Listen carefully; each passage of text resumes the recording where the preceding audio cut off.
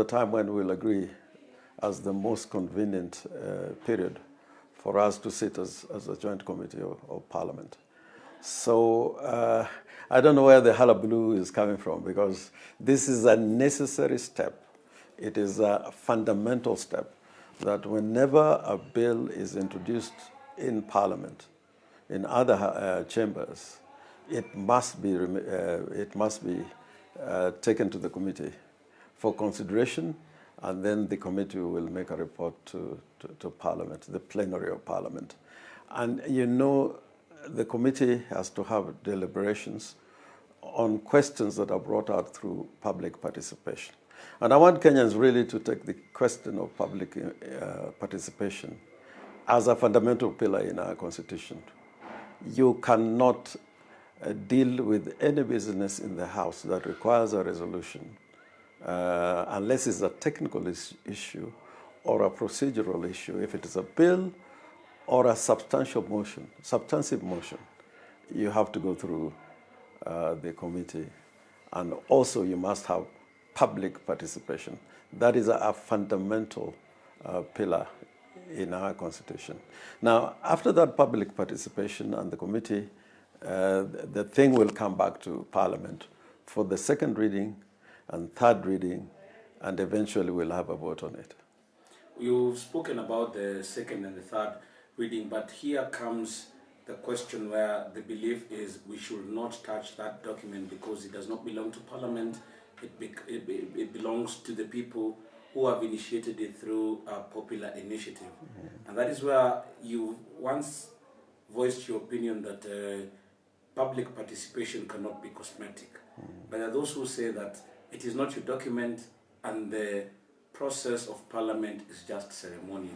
How then do we go into the second reading and the third, and we know that amendments can be introduced to that? If it was ceremonial, then it would not come to Parliament. Why bring it to Parliament if it was ceremonial? If Parliament did not have a role, why bring it to Parliament? But then there's the the crucial fact that people have forgotten and have had some discussion on this.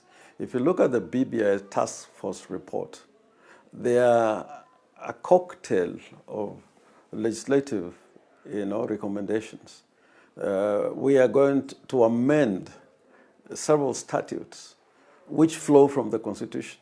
If you look at the Elections Laws Amendment Act, or rather the Elections Laws Act, there is a bill which was part of the report to amend the Elections Act. Now, we have provisions in this bill, the Constitutional Kenya Amendment Bill, which touch on elections, and we are going to amend the Elections Act. We are going to amend the County Governments Act, again, which flows from the Constitution. We are going to amend provisions relating to public finance, the control of Auditor General. And we have introduced a new formula of sharing revenue. All these flow from the Constitution. Even the procurement and disposal of public assets, these are all things which are provided in the Constitution. And there are proposals that because we are amending the Constitution, there should be consequential amendments to these statutes. So as you look at the bill, you don't look at it in isolation. You must build a basis in the report that we are passing this bill, but because they are consequential amendments, the issues that have arisen that needs to be addressed through these consequential amendments are the following. For example, if the procedure and the way we are going to elect, and instead of having 5 or 6 elections, now we got to bring into considerations these constituencies that have been brought in place. We have a situation where now every county will have 2 seats in the Senate. Now, those will have consequential amendments to the Elections Act. And if you then look at it in isolation, without looking at the entire legal regime, like the task force did, the task force, in their report, they are saying, because we are proposing to amend the Constitution, we are also proposing the following consequential amendments. So this is what I was saying, that, it's not going to be cosmetic, because we have to look at these amendments vis-a-vis these consequential amendments. And that is an important function for Parliament to play, because it's all going to come back to Parliament. And with that thinking, there are those who believe that if we change, like you say, there are some bills that were attached to the report and they were forwarded to Parliament at that particular time.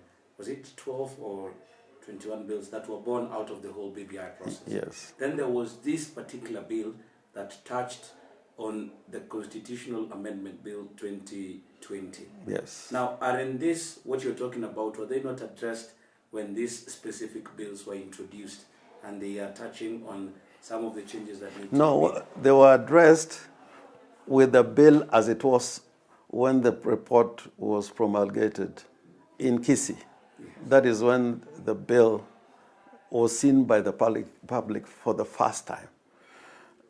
The bill that is now proposed, which has Junaid Mohammed and Dennis Waweru as the promoters, that bill is not the same bill.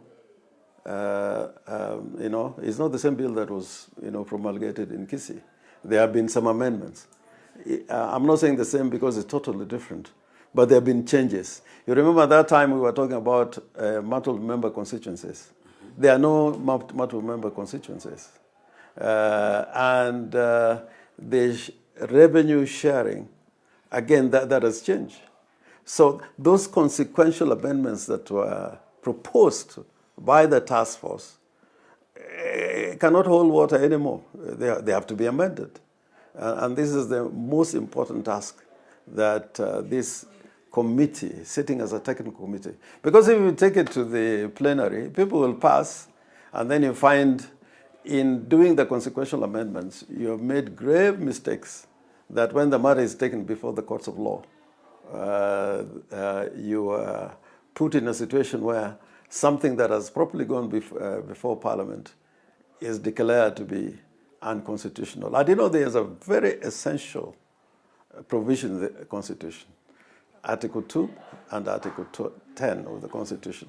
It says anybody, not institution of government, that any person who makes a decision in relation to the Constitution or applies a law must apply the Constitution. You must always keep the Constitution at the back of your mind. You cannot say Parliament, because we can change any law, we can violate the Constitution. The Constitution requires even a chief that when he's applying any law, he must always remember that the Constitution is a supreme law. So you have to look at all these things in totality. And the courts have said, you need to pass through every essential step as provided in the Constitution. We have a matter before the Court of Appeal now between the National Assembly and the Senate. And the courts have said that all the provisions in the Constitution must be complied with. They are mandatory provisions in the Constitution that you have to obey, so that you may pass a very good law, but because you missed an essential procedural but mandatory procedural step, that law is rendered to have been enacted unconstitutionally. So members of your committee are of the opinion that this law cannot be changed whatsoever because it's a popular initiative, and it will be akin to changing the will of the people. And an example has already been given, that what if the people of Kenya wanted to change the structure of Parliament, and since the Constitution has said that it has to go through Parliament, then why would Parliament want to decide on a matter that touches on them that has been started by the popular initiative?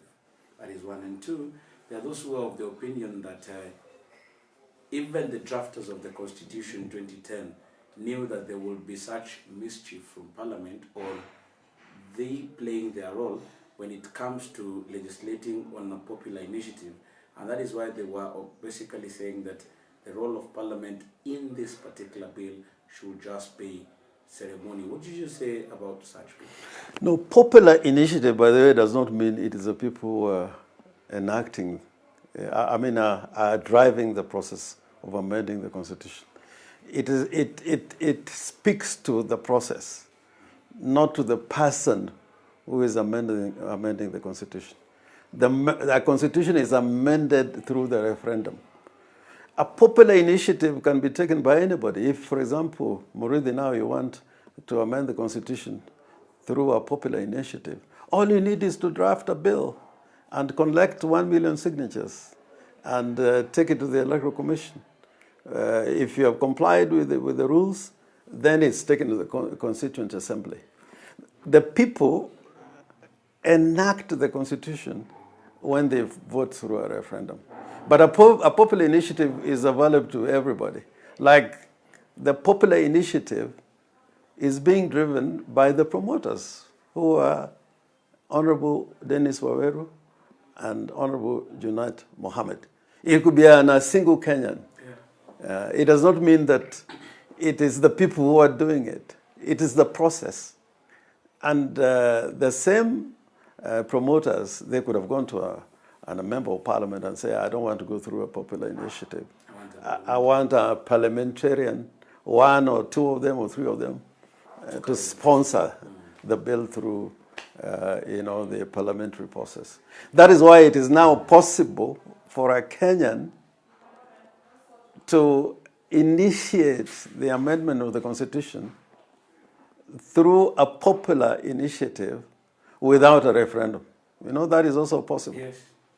Or he can do it through a parliamentary process. But now the question is, how are you able to change what has already gone through the 24 county assemblies and passed and owned by the people, and then it comes to you? Does that not mean that we have to start the whole process afresh?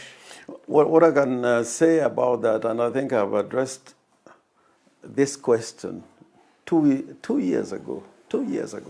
I'm the one who has constantly said that you cannot have a multiple question referendum under our constitutional arrangement through a popular initiative that goes to a referendum.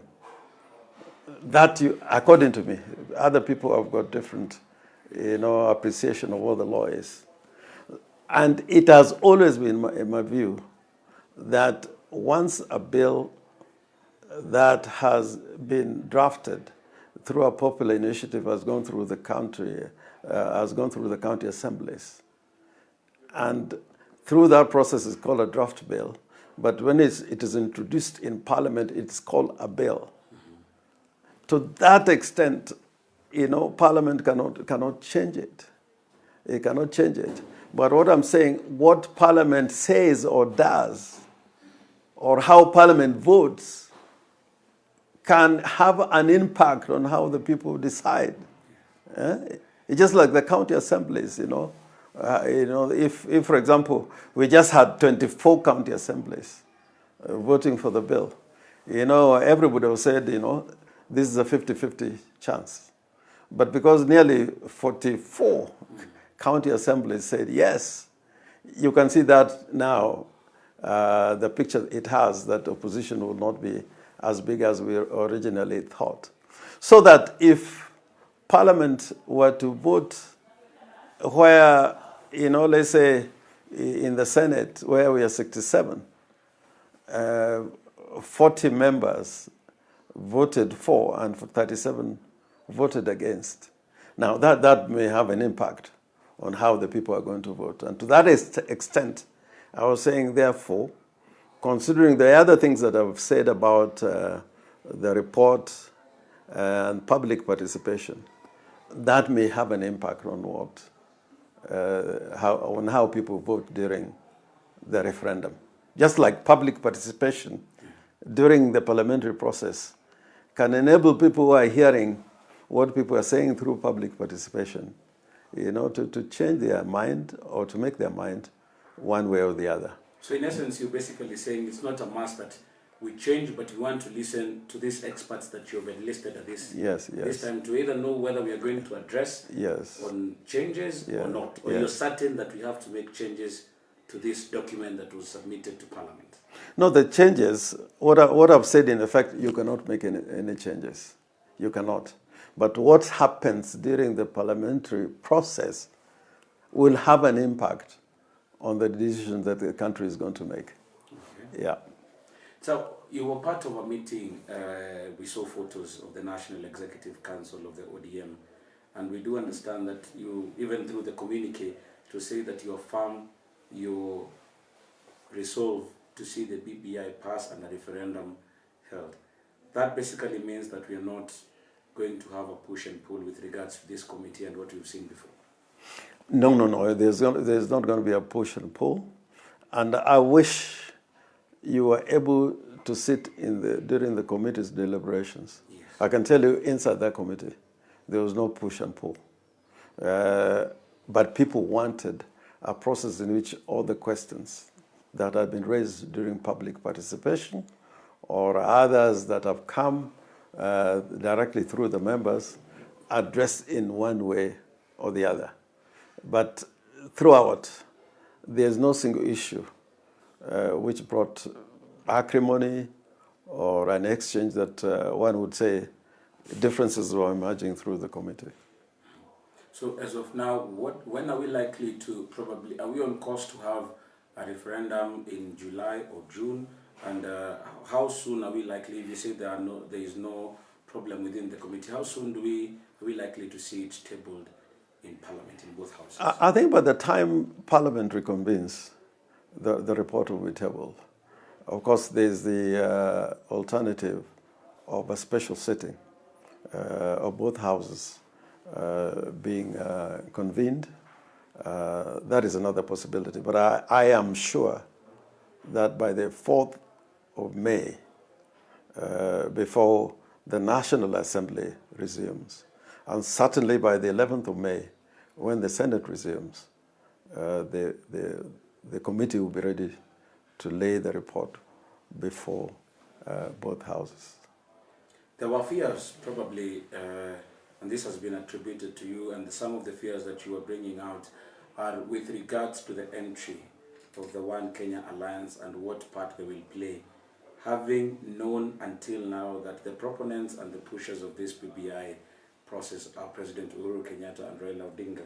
So there was the question of the entrance of the One Kenya Alliance and what part they will play, and probably might have slowed down even the working of the committee, because there are those who feel like you did not have a clear direction from the party leader because he was sick on how to proceed with the process and the BBI.